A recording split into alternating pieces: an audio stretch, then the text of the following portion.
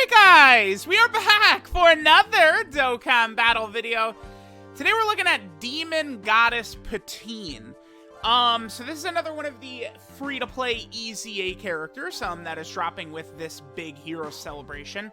Let's go ahead and take a look at what Demon Goddess PUTINE has got to offer. So her super attack effect is she's getting 30% attack and defense, and then she has a high chance to stun. High chance to stun instantly, very good for Super Battle Road, right? Seriously, stunning is like a huge strat that like can get you major wins in Super Battle Road fights. Her passive, 150% attack and defense at the start of turn, sure. She gets 15% attack and defense per crossover category ally, excluding herself on the team. So 15% attack and defense times 6 she essentially would be able to get, since it doesn't include herself. Then she gets another 70% attack and a medium chance to crit if the enemy is stunned or sealed. So that's an ability, again, pretty much restricted just to Super Battle Road. Like, you look at what this character is doing, and it's like she would be a great option in like a Super Battle Road stage if we're able to bring a bunch of crossover characters with her.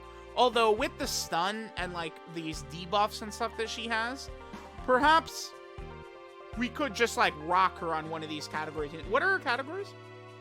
She's on Crossover, Peppy Gal, Time Traveler, Terrifying Conqueror, and Dragon Ball Heroes. Interesting that Demon God Salsa is on Dragon Ball Seekers, but PUTINE is not. So like, you know, she could potentially help out. Like, if we're doing some sort of Peppy Gal run where, like the stunning and the sealing and the attack debuffing could be worthwhile somewhere, sure. I guess, like, maybe, like, in Battlefield. Like, if you want to run, like, a full, like, Peppy Gal team in Battlefield, which I think is definitely a very viable strat, actually. Especially in the new Battlefield against, like, the legendary Super Saiyan Broly, who's the toughest fight right now. I do feel like PUTINE might be able to help out a little bit, right? Like, a lot of these abilities seem like Battlefield-type abilities to me. So, again, that 70% attack, medium chance to crit if the enemy is stunned or sealed. She gives crossover category allies 2 key 30% attack and defense. And then, finally, she lowers the attacked enemy's attack and defense by 20%. And seals the attacked enemy's super attack for 2 turns. Yeah, man, she would crush legendary Super Saiyan Broly in Battlefield, man.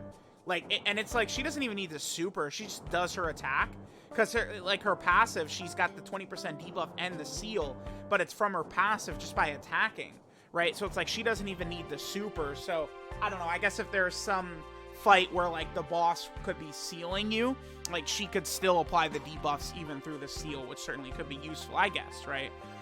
Then in terms of her links, she has Battlefield Diva, Demonic Power, Cold Judgment, Shocking Speed, Solid Support, Master of Magic, and Shattering the Limit. I believe Demon Goddess Toa should EZA next year, right?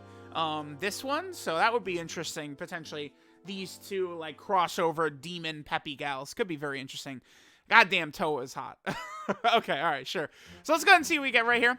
We'll have everything active except for Battlefield Diva and Demonic Power right away. 258k defense, and she's gonna get 30% right there, so not the craziest, right? Like, when we were looking at Demon God Salsa, it's like he's able to get to, like, similar defensive stats, but he's got the dodge, which PUTINE doesn't have. Salsa, I could see, you know, again, using against, like, the strong, red zone AGL boss. It's not Broly, because he cancels dodge, but, like, you know, Metal Cooler. PUTINE seems more like, you know, you're going to use her on Battlefield and Super Battle Road and take advantage of her, you know, seal, her stun, and her attack debuff, right? That's exactly what this character is. I don't have a problem with Dokkan giving us options like this. I think it's fine. You know, I think that you could say, like, well, it doesn't matter because Super Battle Road is piss easy, right? You just, you know, bring 8 items and you win effortlessly. Sure, you know, sure, that is true. But it is still good to have, like, these differing characters. And she does have, support as well. If I wanted to be really greedy, I think PUTINE is fine. I like, as a free-to-play character, I don't want to, like, just, like, be like, oh, I hate this restriction or this or this or this. she's free to play, and I feel like she's got value, so I'm okay with it. The only thing I guess I would say is maybe toss in a 50% chance to dodge for her, right? And then, like, we'd be cooking. I mean, I think she'd be very, very useful. And 274, again, remember, she gets 30% defense from her super attack effect. So, like, yeah, Patine, that's, I think, basically just what you want to use Patine for, right? Is Battlefield and Super Battle Road. I easily could add her to a Battlefield team. I think I might just, because what I've been doing is, like, the Ginyu Force team is strong enough to, like, really help out in Battlefield, and so is Peppy Gals. I think, like my backup teams I would run nowadays is, like, Peppy Gals and Ginyu Force, right? Like, I remember way back in the day with Battlefield, what I would do, so, like, 2019, and I guess 2020 and stuff like that, my backup team, I always kept LR God Goku and then the Tech Transforming Dragon Ball Super Trunks in reserve, and they would always be, like, the two leaders for my backup team if I ever needed it. Now, I definitely think it's, like, we'll just rock Peppy Gals and Ginyu Force. And even, I mean, you could probably even do, like, the Team Bardock squad is actually, like fairly decent, too. Right? Especially if you have the Tech Dokkan Fest Bardock. Like, I feel like Team Bardock could sort of get the job done. All right, so let's see what we're looking at right here. 225k. We don't have Cold Judgment. Look at the huge difference, dude. Cold Judgment. These characters that have links like All in the Family, Tough as Nails, Cold Judgment, right? Like, you really see it. It's like, damn, it is so useful. Like, characters that have those types of links, man, and like, you're really able to take advantage. You know, again, Cold Judgment, you know, Tough as Nails, All in the Family, like, just, it's so big, getting all that extra defense. It could really help out, I think, quite a bit. But here's Patine. Let me know what you guys think of Demon Goddess Patine. You know, we have quite a massive Heroes celebration this year. I think Dokkan has really done a good job with it. I mean, how many characters exactly did they drop? Let's see. So they dropped 3, 6, 8, 16, 17, 18, 19, 20, 21, 22, 23. Dokkan dropped 23 characters with this Heroes collab. That is so crazy. I mean, sure, of the 23, right, 13 are easy A's, but I mean, they still had 10 new characters in terms of, like, new characters, and then Dokkan Awakenings, so it's like, it certainly is fun, and this is why the huge hope, let's pray, next year, I'm not gonna forget this. Next year, we just really want to hope that these characters are not, like, restricted so much. I think Patine is fine. Salsa's fine. Like, they're free-to-play characters. Whatever. Right? At least make them usable. That's all I care about. But, like, the Limit Breaker Super Saiyan 4s should not have been restricted. Like, no, that's stupid. They're summonable, too. Like, I get...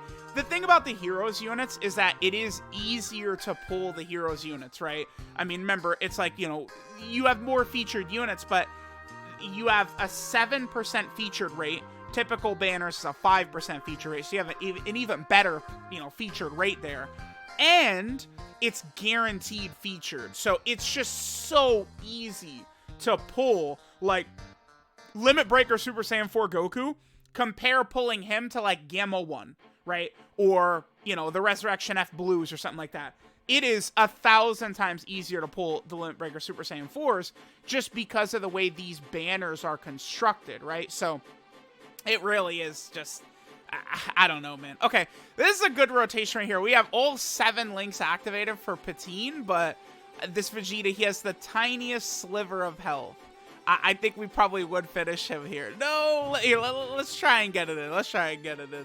All right, but this is the final of the, you know, I guess, early look showcases at all these Heroes characters. Again, there's so many that I wasn't even able to get them all, like, you know, uploaded in the first day because there's just so many, right? Like, 23, this was the biggest data download we've ever had by far, right? Like, I don't know. Is next year going to have more Heroes characters in it? Dude, that would be absolutely crazy. So, Let me know what you guys think of all the Dragon Ball Heroes characters. Thanks, guys, for watching, and I'll catch you guys next time.